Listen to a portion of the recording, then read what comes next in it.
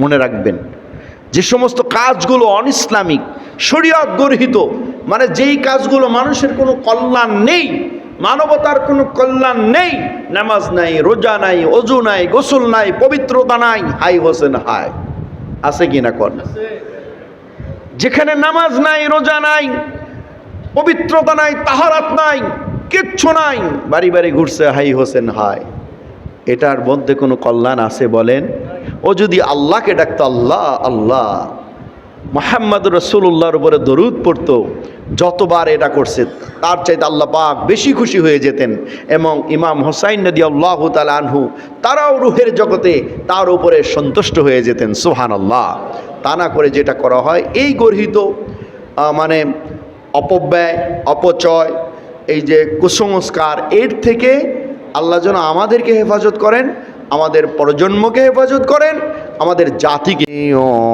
খেসালিহি সাল্লু আলাইহি ওয়া আলি, হোনায়ে ফুল তো বুলবুল কা तरन्नुम भी न हो, चमन दहर में कलियों का तबस्सुम भी न हो, बलगल उला बिकमालिही कशफद दुजा बिजमालिही, हसनत जमीओ खसालिही सल्लु अलैहि वा आली।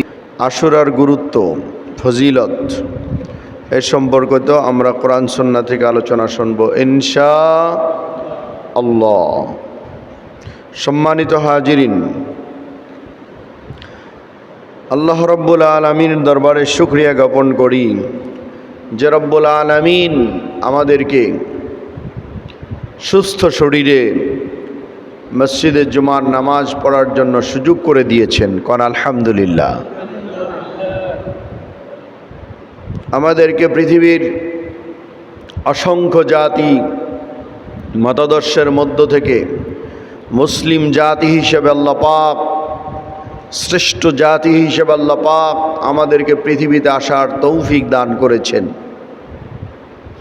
আমাদেরকে বিভিন্ন গোমরাহ জাতির মধ্যে পাঠাতে পারতেন, বিভিন্ন পথভ্রষ্ট জাতিদের মধ্যে পাঠাতে পারতেন, কিন্তু আল্লাহ রাব্বুল আলামিন আমাদেরকে ভালোবেসে মুসলিম জাতি তথা সর্বোত্তম জাতি হিসেবে পৃথিবীতে আসার তৌফিক এনায়েত করেছেন।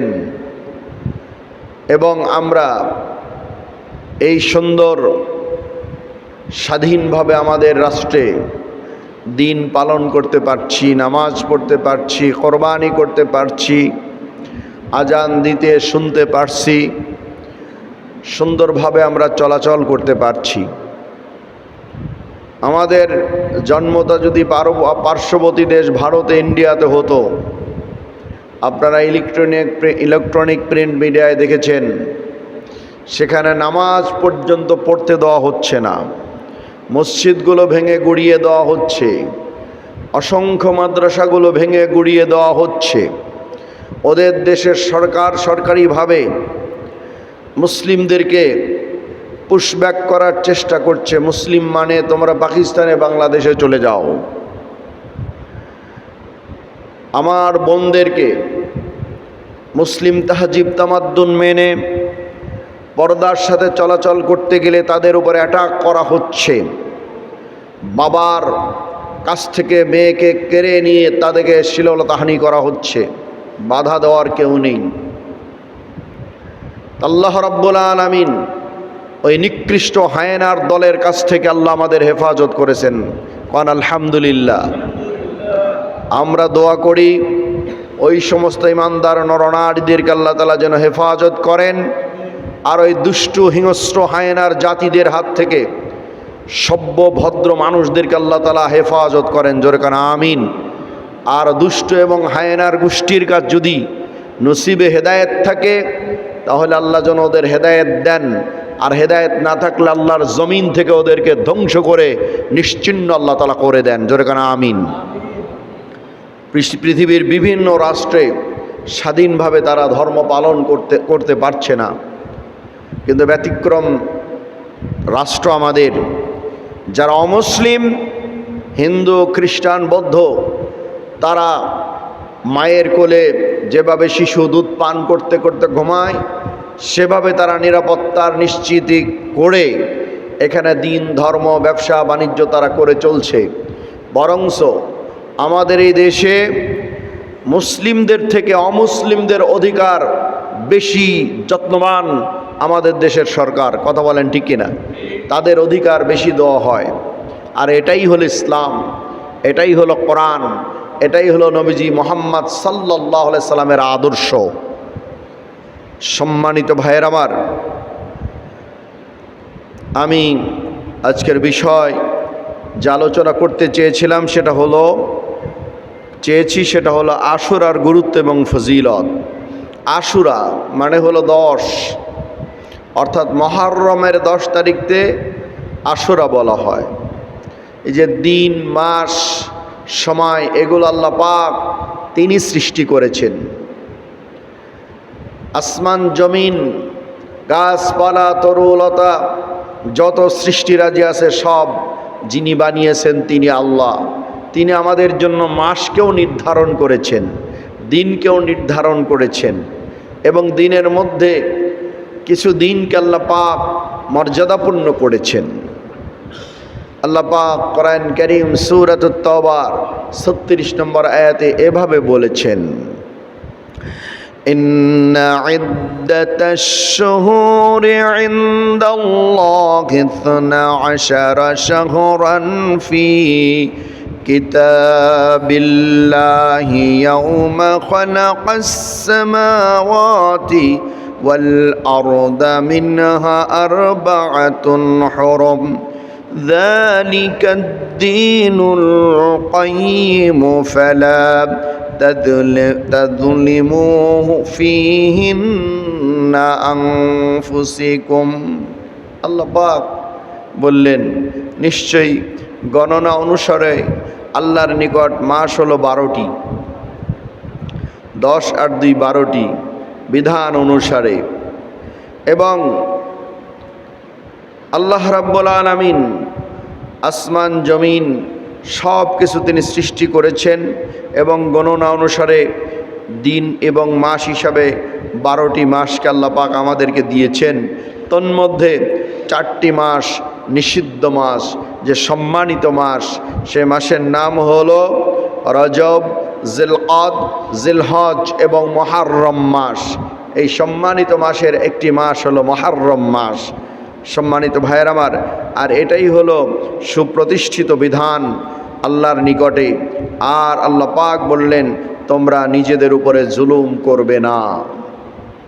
তো এভাবে আল্লাহ পাক আমাদের জন্য দিন বানালেন, মাস তৈরি করে দিলেন। তারপরে আল্লাহ রাব্বুল আলামিন আমাদের জন্য বিধান তৈরি করে দিলেন। সম্মানিত ভাইয়ের আমার, মানুষ গণনা করবে, গুনে গুনে আকাশের চাঁদ্রকে গণনা করে, গুনে গুনে তারা নির্ধারণ করে মাসগুলো। একটা ক্যালেন্ডার করে আল্লাহ পাক আকাশের এই হেলালকে তৈরি করে দিয়েছেন।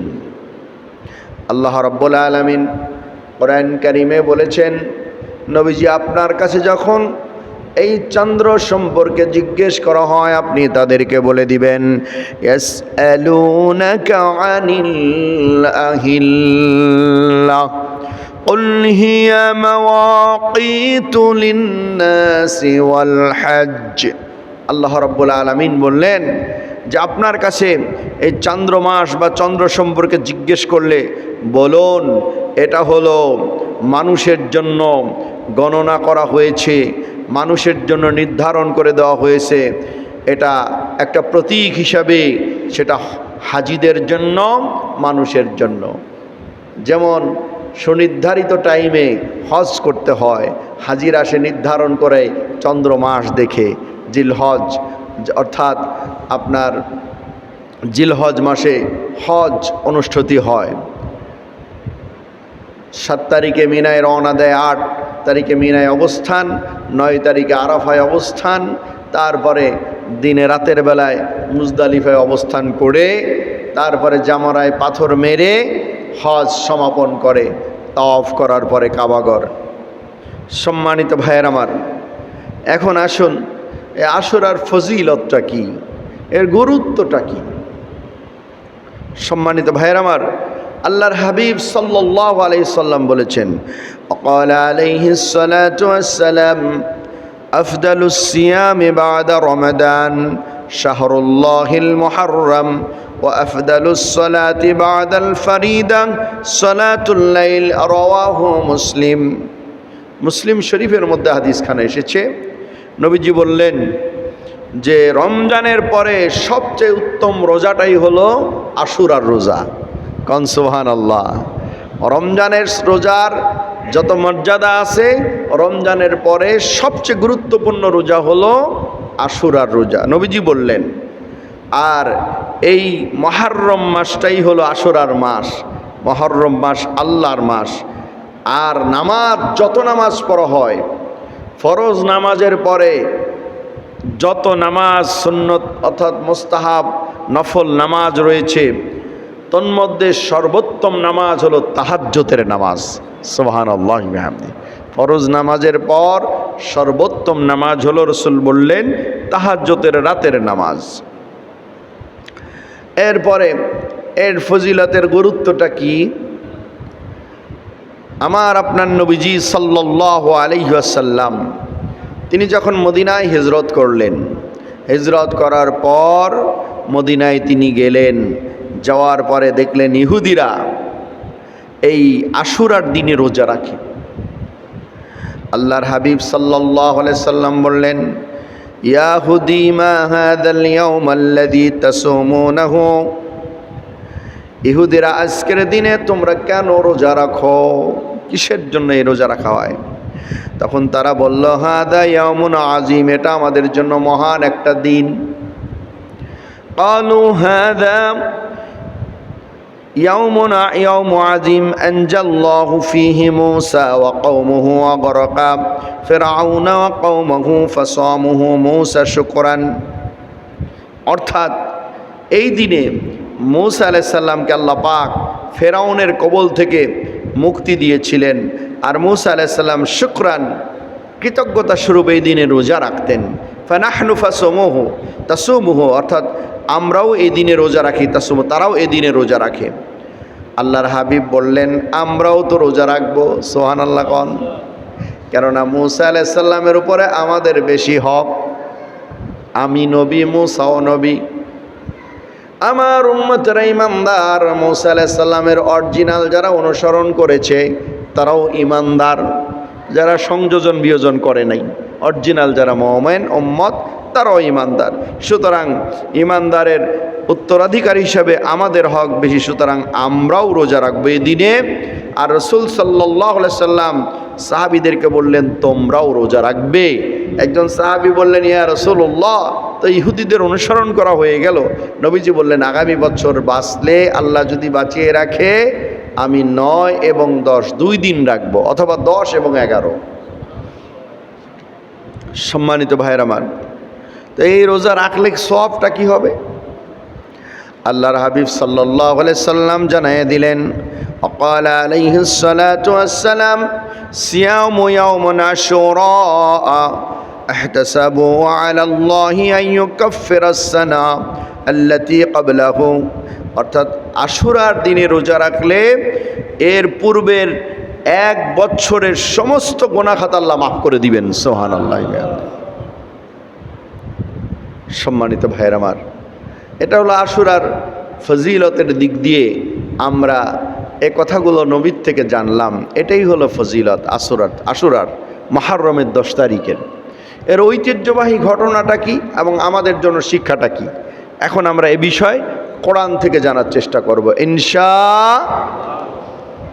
আমাদের আদি পিতা আদম আলাইহিস সালামকে আল্লাহ রাব্বুল আলামিন আশুরার দিনে মুহররমের 10 তারিখে আল্লাহ সৃষ্টি করলেন, জান্নাতের মধ্যে থাকলেন। জান্নাত থেকে যখন বের করে দিলেন, আশুরার 10 তারিখে বের করলেন।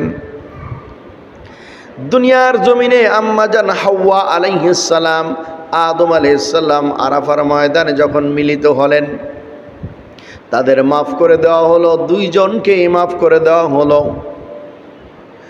একটা হুকুমের ছুটে যাওয়ার কারণে একদিন নয়, 2 দিন নয়, তাফসীরের কিতাবের মধ্যে লেখা হয় 350 বছর পর্যন্ত কেঁদেছিলেন।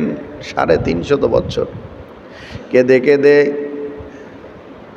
কেঁদে কেঁদে এমন কান্না, এমন চোখের পানি ঝরেছিল, কিতাবের মধ্যে লেখা হয় পানির স্রোত পর্যন্ত বয়ে চলে গিয়েছিল। এত কান্না কেঁদেছিলেন। আল্লাহ রাব্বুল আলামিন আল্লাহর নবী আদম আলাইহিস সালাম, আমাদের আদি পিতা আদম আলাইহিস সালামকে ক্ষমা করে দিলেন যেই দিন, সেই দিনটাও ইয়াউমে আশুরার দিন। সম্মানিত ভাইয়ের আমার, মাফ করে দিলেন, সেই দিনটাও ইয়াউমে আশুরার দিন। এরপরে গুরুত্ব সম্পর্কে জানা যায়, হযরত নূহ আলাইহিস সালাম 950 বছর দাওয়াত দিলেন। নূহ আলাইহিস সালাম 950 বছর, স্পষ্ট কথা, তার জাতিদেরকে দাওয়াত দিলেন। জাতিরা, মানুষের স্বভাবজাত চরিত্র হলো, যখন নবী রাসূল শূন্য হয়ে যায় তখনই তারা দুনিয়া পূজারী হয়ে যায়। ইতিহাস এটাই বলে। আর নবীদের কাজ ছিল মানুষদেরকে জান্নাতের দিকে পৌঁছায় দেওয়া, আল্লাহর সাথে মানুষের সেতু বন্ধন করে দেওয়া, তাওহীদের পথ দেখিয়ে দেওয়া। আর শয়তানের কাজ ছিল মানুষদেরকে জাহান্নামের দিকে নিয়ে যাওয়া। সুতরাং কিয়ামত পর্যন্ত পথ হলো 2টা। কয়টা? সবাই বলেন কয়টা? একটা আল্লাহর পথ, একটা শয়তানের পথ। আল্লাহর পথের সাথে থাকবে নবী রাসূলগণ, সাহাবায়ে কেরামগণ ছিলেন, কিয়ামত পর্যন্ত ওয়ারাসাতুল আম্বিয়াগণ থাকবেন। আর শয়তানের পথের থাকবে তারাই, যারা এই পথের বিরোধিতা করে, এর উল্টা পথে চলে, তারাই হলো শয়তানের পথে থাকবে। নূহ আলাইহিস সালাম তার জাতিকে এভাবে দাওয়াত দিচ্ছেন। নূহ আলাইহিস সালাম, তার নাম ছিল মূলত আব্দুল গফফার। নূহ হলো উপাধি নাম, মানে তার উপরে এমন অত্যাচার ওই জাতিরা করেছিল, শুধু কানতেন নূহ আলাইহিস সালাম, মানে অধিক ক্রন্দনকারী হিসাবে নূহ লকবটা নাহা নূহ দেওয়া হয়েছে। দাওয়াত দিলেন, এমনভাবে নূহ আলাইহিস সালামের উপর অত্যাচার করা হলো, তাকে মেরে রক্তাক্ত করে রাস্তার পাশে ফেলে দেওয়া হতো। আবার তিনি মানুষের দ্বারে দ্বারে গিতেন, দাওয়াত দিতেন, এভাবে দাওয়াত দিতে থাকতেন। আর ওই জাতিরা মারত। আহারে, কিয়ামত পর্যন্ত তাওহীদের দাওয়াত যারা দিবে, দ্বীনের দাওয়াত যারা দিবে, শয়তানের দোসররা এদের উপর হামলা করবে, মিথ্যা অপবাদ দিবে, আজে বাজে কথা বলবে। কিয়ামত পর্যন্ত এটাই হবে। দেখবেন এই পৃথিবীতে সবচেয়ে শান্তিপ্রিয় জাতি হলো মুসলিম জাতি, যাদের কাছে সকল কিছু নিরাপত্তার গ্যারান্টি পায়। এরা পারমাণবিক বোমা বানায় মানুষকে মারে না, এরা অস্ত্রের ব্যবসা করে না। এই পৃথিবীতে অসভ্য জাতিগুলো যারা পৃথিবীটাকে ধ্বংস করতে চায়, ধ্বংস করে ফেলে দেয়, অসংখ্য নরনারী শিশুদেরকে নির্মমভাবে হত্যা করছে, তারা পৃথিবীর সাম্রাজ্যবাদ, এবং তারাই নিজেদেরকে ভালো সভ্য বলে দাবি করে। যারা নিরীহ মানুষদেরকে নির্মমভাবে হত্যা করছে, লক্ষ লক্ষ কোটি কোটি মানুষদেরকে মেরেছে, এখনো মারছে, তারা সভ্য দাবিদার মানে দাবি করে। আর মুসলিমদের উপর অপবাদ দিয়ে দেয়। কেননা মুসলিম যারা, সাচ্চা মুসলিম যারা, তারা নবীদের পথে থেকেছে, এই জন্য তাদের উপরে মিথ্যা অপবাদ দেওয়া হয়, তাদের উপর অত্যাচার, জুলুম, নির্যাতন করা হয়, যেমন নবীদের উপরে করা হয়েছিল। হযরত নূহ আলাইহিস সালাম তিনি দাওয়াত দিলেন, তার জাতিকে দাওয়াত দিয়েছেন। ওয়া নূহান ইয নাদা মিন ক্বাবলু ফাস্তাজাবনা লাহু ফানাজ্জাইনাহু ওয়া আহলাহু মিনাল কারবিল আযীম। নূহ আলাইহিস সালাম দাওয়াত দেওয়ার পরে যখন নাকি নূহ আলাইহিস সালাতু ওয়াস সালাম তিনি আল্লাহর কাছে আহ্বান করলেন, আল্লাহর কাছে যখন দোয়া করলেন এবং আল্লাহ পাক তার ডাকে সাড়া দিলেন, ওই কিস্তি বানাইয়া তার অনুসারীদেরকে নিয়ে যখন তাম পৃথিবীতে বন্যা হয়ে গেল, কিস্তির উপরে তিনি 40 দিন পর্যন্ত ভেসে থাকলেন। ভেসে থাকার পরে আল্লাহ পাক ওই নূহ আলাইহিস সালামের ঈমানদার ব্যক্তিকে সকলকে সালিল সমাধি করে দিলেন, সব অপরাধীর গোষ্ঠীদেরকে নিশ্চিহ্ন করে দিলেন আল্লাহ পাক সুবহানাহু ওয়া তাআলা। ঈমানদাররা বেঁচে থাকলো। অতঃপর যদি পর্বতের উপরে যখন নৌকাটা অবতরণ করলো, পানি শুকিয়ে গেল, যেই দিন এই দুষ্টু জাতির হাত থেকে আল্লাহ পাক নূহ আলাইহিস সালামকে এই কষ্টর থেকে মুক্তির ফয়সালা করলেন, সেটাও ছিল ইয়াউমে আশুরার দিন। কন সুবহানাল্লাহ। সম্মানিত ভাইয়ের আমার, এভাবে হযরত মূসা কালিমুল্লাহ তিনিও দাওয়াত দিলেন। সব নবী রাসূলদের দাওয়াত আর মিশন একটাই ছিল। কয়টা ছিল? সব নবী রাসূলদের দাওয়াত এক একজন এক একটা দাওয়াত দেয় নাই। যেমন আমাদের পরবর্তী সময়ে এক এক দলের এক এক মিশন, এক এক দলের এক এক আকীদা। হ্যাঁ, এক এক দল যার যার দলের দিকে মানুষ টানে। হ্যাঁ, আর আল্লাহ এবং অর্থাৎ নবী রাসূলগণ সব নবীরা দাওয়াত দিয়েছেন তোমরা আল্লাহর দিকে আসো। তারা কিন্তু বলে নাই তোমরা আমার দিকে আসো, আমার দলের দিকে আসো। তারা বলেছে কি, তোমরা আল্লাহর দিকে আসো, তোমরা আল্লাহর দিকে আসো, তোমরা দ্বীনের দিকে আসো, তোমরা সত্যের দিকে আসো, তোমরা হকের পথে আসো। তাদের দাওয়াত একটাই ছিল, আর বলেছিল ইয়া কওমি ইবুদুল্লাহা মা লাকুম মিন ইলাহিন গায়রু। হে আমার জাতিরা, তোমরা এক আল্লাহর আনুগত্য করবে, আল্লাহ ছাড়া আর কারো আনুগত্য তোমরা করবে না। আল্লাহ ছাড়া আর কারো ইবাদত বন্দেগী গোলামি দাসত্ব তোমরা করবে না। তোমরা শুধুমাত্র একমাত্র আল্লাহর আনুগত্য করবে। আল্লাহর দিকে আহ্বান করেছেন সমস্ত নবীগণ। সব নবীরা আল্লাহর দিকে ডেকেছে, দ্বীনের দিকে ডেকেছে, সত্যের দিকে ডেকেছে। সম্মানিত ভাইয়ের আমার, এভাবে সব নবী রাসূলগণ দাওয়াত দিলেন। এভাবে মূসা কালিমুল্লাহকে আল্লাহ পাক বললেন ইযহাব ইলা ফিরআউনা ইন্নাহু তাগা। মূসা রে, তুমি যাও, ফিরআউনের কাছে যাও, সে সীমা লঙ্ঘন করেছে, সে নিজেকে খোদা দাবি করেছে, নিজেকে রব বলে আহ্বান করেছে তার জাতিকে, আর অসংখ্য শিশু, অসংখ্য মানুষদেরকে নির্মমভাবে হত্যা করেছে, অপরাধের সীমা লঙ্ঘন করেছে। তার কাছে গিয়ে তুমি দাওয়াত দাও। মূসা আলাইহিস সালাম তিনি গিয়ে দাওয়াত দিলেন, আর তার দাওয়াত প্রত্যাখ্যান তো করলই।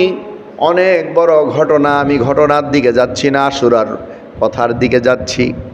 এবার মূসা আলাইহিস সালাম যখন নাকি তার বিরুদ্ধে ফিরআউনের সুসজ্জিত সৈন্যবাহিনী নিয়ে মূসা এবং তার জাতিকে হত্যার ষড়যন্ত্র করা হলো, মূসা আলাইহিস সালাম তার জাতিকে নিয়ে রওনা করছেন যে এই এলাকায় আর থাকবো না, এখান থেকে চলে যাব।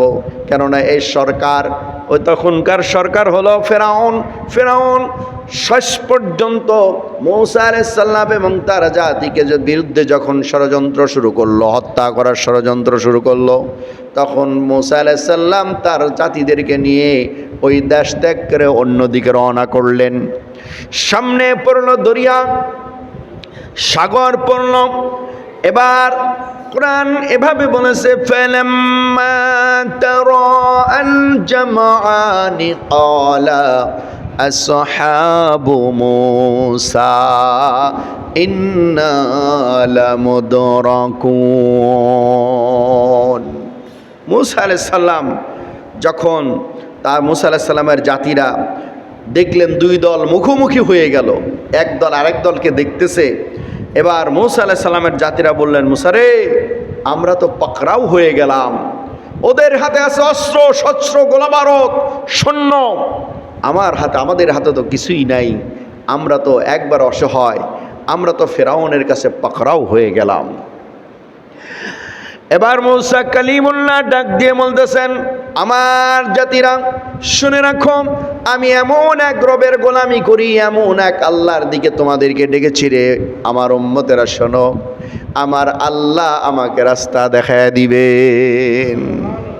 ও যত বড় ক্ষমতাধর হোক, যত বড় অস্ত্র শস্ত্র গোলা বারো করোড় থাক, আমার আছেন রব্বুল আলামিন, বিশাল আকাশ আর জমিনের মালিক, সর্বময় ক্ষমতার মালিক।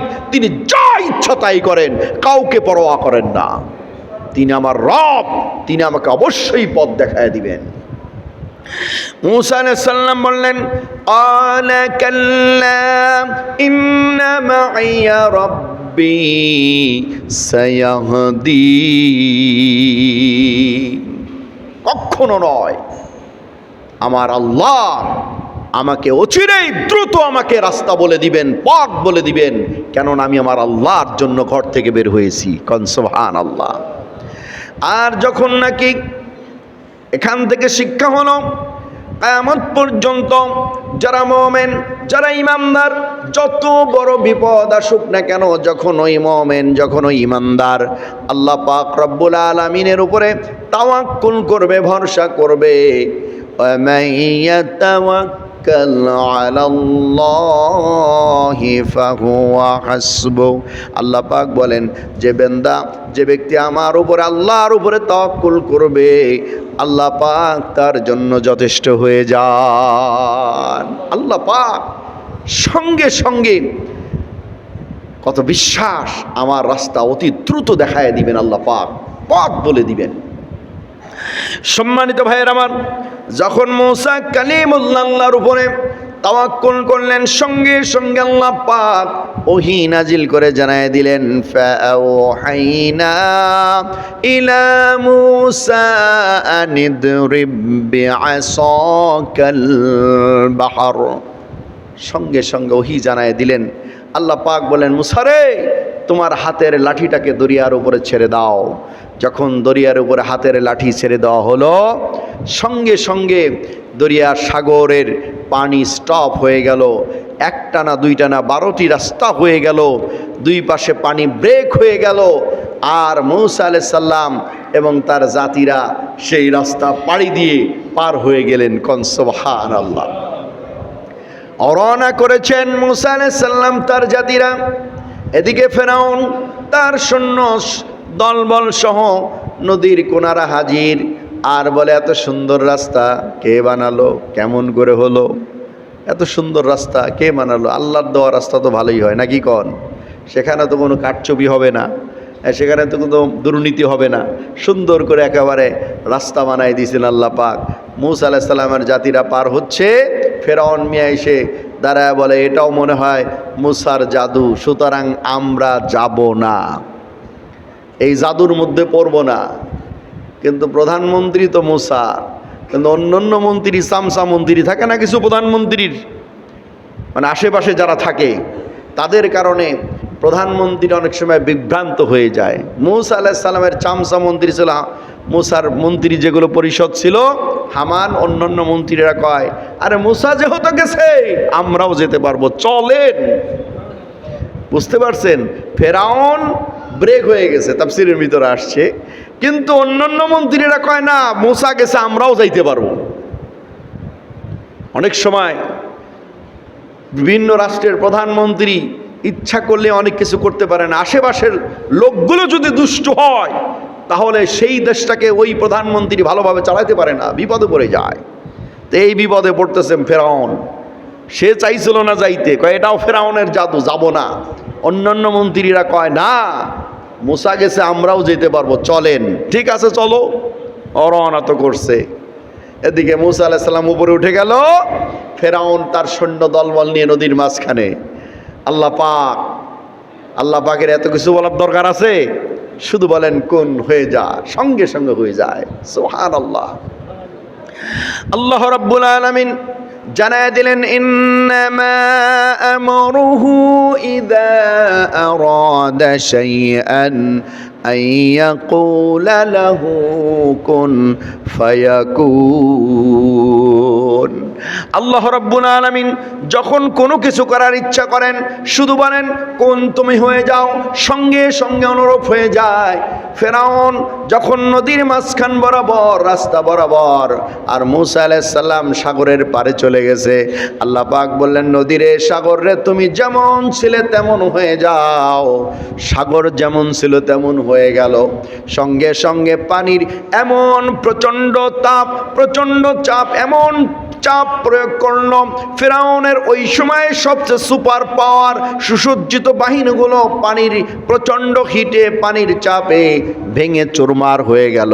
ওর ঘোড়া, ওর সৈন্য, ওর বাহিনী সব সলিল সমাধি হয়ে যায়। আর ফেরাউন মিয়া পানির মধ্যে একবার পানিতে ডুবে আবার ওঠে, পানি খাইতে খাইতে পেটটা মোটা হয়ে যায়। আল্লাহ, তুমি আমারে বাঁচাও, আমি বাঁচতে চাই, আমি বনি ইসরাইলের নবীর উপরে ঈমান আনতেছি। আল্লাহ কয় যে তুমি হলে চূড়ান্ত দুশ্মন, অসংখ্য শিশুদেরকে হত্যা করেছো, এখন তুমি বলছো ঈমান আনতেছি, তোমার এই ঈমানের কোনো প্রয়োজন নাই। সঙ্গে সঙ্গে ওই সময়ের সুপার পাওয়ার বিশ্ব শক্তি ফেরাউনকে আল্লাহ পাক পানির মধ্যে নিশ্চিহ্ন করে দিলেন। এভাবেই পৃথিবীর স্বৈরাচারদেরকে আল্লাহ পাক পতন ঘটায় পৃথিবীর ইতিহাসে এখনো পর্যন্ত ইতিহাসে স্বর্ণাক্ষরে লিখিত আছে। ফেরাউনের লাশ যেটা মিশরে আছে, মানুষ দেখতে যায়। আল্লাহ রাব্বুল আলামিন কোরআন কারীমে বলেন, কুল সিরু ফিল আরদি ফানজুরু কাইফা কানা আকিবাতুল মুকাদ্দিবিন। নবী, আপনি বলে দিন তারা যেন গোটা জমিনটা ভ্রমণ করে আর পৃথিবীর স্বৈরাচার, অত্যাচারী, মিথ্যাবাদী, ধোঁকাবাজদেরকে আমি কেমন করে শায়েস্তা করেছি সেগুলো যেন তারা দেখে আসে আর দেখে দেখে শিক্ষা নেয়। কিন্তু মানুষ তো ভুলে যায়। যখন ঘূর্ণিঝড়, টর্নেডো, ভূমিকম্প হয় তখন কয় আল্লাহ বাঁচাও, আল্লাহ বাঁচাও। চলে গেছে, কয় ঘরটা শক্তিশালী ছিল দেখে বেঁচে গেছি। কথা বলেন ঠিক কি না? তখন আল্লাহরে ভুলে যায়। সুখের সময় কয় পাইছি ক্ষমতা, জন্মের খাওয়া খাবো, পিছনে সব ভুলে যায়। কথা বলেন ঠিক কি না? এত শাস্তি দেওয়া হলো, এর পরেও বান্দাগুলো নাফরমানি করে। আল্লাহ রাব্বুল আলামিন যেদিনকে মূসা আলাইহিস সালামকে মুক্তির ফয়সালা করলেন, সেই দিনটাও ছিল ইয়াউমে আশুরার দিন। কোন সুবহানাল্লাহ। আমার প্রিয় ভাইরা, একজন নবী ছিলেন ইউনূস আলাইহিস সালাম। তিনিও তার জাতিদেরকে দাওয়াত দিলেন, ইউনূস নবীও দাওয়াত দিলেন আর বললেন, ও আমার জাতিরা, তোমরা মূর্তি পূজা ছেড়ে দাও, আল্লাহর সৃষ্টি পূজা ছেড়ে দাও, অন্যায় কাজ ছেড়ে দাও, অশ্লীল কাজ ছেড়ে দাও, তোমরা এক আল্লাহর আনুগত্য করো, আল্লাহর পথে আসো, সত্যের পথে আসো, ন্যায়ের পথে আসো, ইনসাফের পথে আসো। নবীরা তো এই দাওয়াতই দিছে নাকি? কোন দাওয়াত দিছেন? এক আল্লাহর পথে আসো, ন্যায়ের পথে আসো, সত্যের পথে আসো, হকের পথে আসো, বাতিল পথকে তুমি ছেড়ে দাও। নূহ আলাইহিস সালাম অর্থাৎ ইউনূস আলাইহিস সালাম দাওয়াত দিলেন। ইউনূস আলাইহিস সালামের জাতিরা দাওয়াত গ্রহণ করলো না, তার উপর অ্যাটাক করলো, তাকে আঘাত করা হলো। কষ্ট সহ্য না করে পেরে আল্লাহর কাছে বললেন, আল্লাহ, আমি এই এলাকায় আর থাকবো না, আমি চলে যাব। তুমি এই এলাকার উপর আল্লাহ তোমার গজব নাজিল করে দাও, তোমার গজব এখানে দাও। আল্লাহর কাছে দোয়া করতেছেন। এবার ওই ইউনূস আলাইহিস সালামের জাতিকে তিনি বললেন, ও জাতিরা শোনো, তোমরা যদি ঈমান না আনো, 3 দিনের মধ্যে তোমাদের উপরে এমন গজব আল্লাহর পক্ষ থেকে আসবে, তোমাদের জমিনটাকে আল্লাহ পাক উল্টায় দিবেন, অথবা এমন গজব আসবে তোমরা একটাও দুনিয়ার জমিনে বেঁচে থাকতে পারবে না। ওরা যদিও অবিশ্বাস করত, কিন্তু বুঝতো উনি যা সত্য কথা বলছেন এটা সত্যই হবে। কেননা ওনার দোয়া আল্লাহ ফেরত দিবেন না, স্রষ্টা একজন আছে, বোঝে, তারপরও তার কাছে আসে না। সবই বোঝে, হক বাতিল বোঝে, সত্য মিথ্যা বোঝে, হালাল হারাম বোঝে, অন্ধকার আলো বোঝে, বোঝার পরেও আলোকিত পথে আসে না। ওই মানুষগুলো বুঝতো। এবার ইউনূস আলাইহিস সালাম রাতের বেলা ওই এলাকা ছেড়ে বের হয়ে গেলেন। এদিকে ওই এলাকার মানুষ চিন্তা করলো ইউনূস তো এখন নাই, নবী যেহেতু নাই, চলে গেছে, গজব আসবেই। তাফসীরের মধ্যে লেখা হয় ইউনূস আলাইহিস সালামের জাতিরা তারা কি করলো, সিদ্ধান্ত নিল 3 দিনের মধ্যে গজব তো আসবেই, যেহেতু ইউনূস নবী এলাকা ছেড়ে চলে গেছে, আমরা কিভাবে বাঁচব। এবার সমস্ত গরু ছাগল ভেড়া বকরি আর নরনারী শিশুদেরকে নিয়ে খোলা ময়দানের মধ্যে তারা চলে গেলেন। যাওয়ার পরে শিশুরা কান্দে, খাবার দেয় না, প্রাণীরাও কান্দে, হাহাকার অবস্থা। এমন করুণ অবস্থার মধ্যে সবাই তওবা করলো, সবাই ইউনূসের দাওয়াত গ্রহণ করলো। ইউনূস তো নাই, নবী তো নাই, তারা আল্লাহকে মেনে নিল আর তওবা করলো। আল্লাহ পাক তাদেরকে মাফ করে দিলেন, ওখানে গজব আসলো না।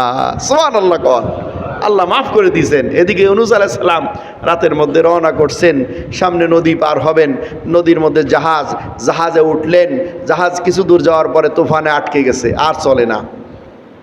বলা হলো এখানে এমন কোনো লোক এসেছে যে তার মালিকের অর্ডার ছাড়া এখানে এসেছে, কোনো মালিকের অর্ডার ছাড়া কোনো গোলাম এই নৌকায় অথবা এই জাহাজে চড়েছে, তাকে এই নৌকার থেকে না নামালে হলে এই জাহাজ আর চলবে না।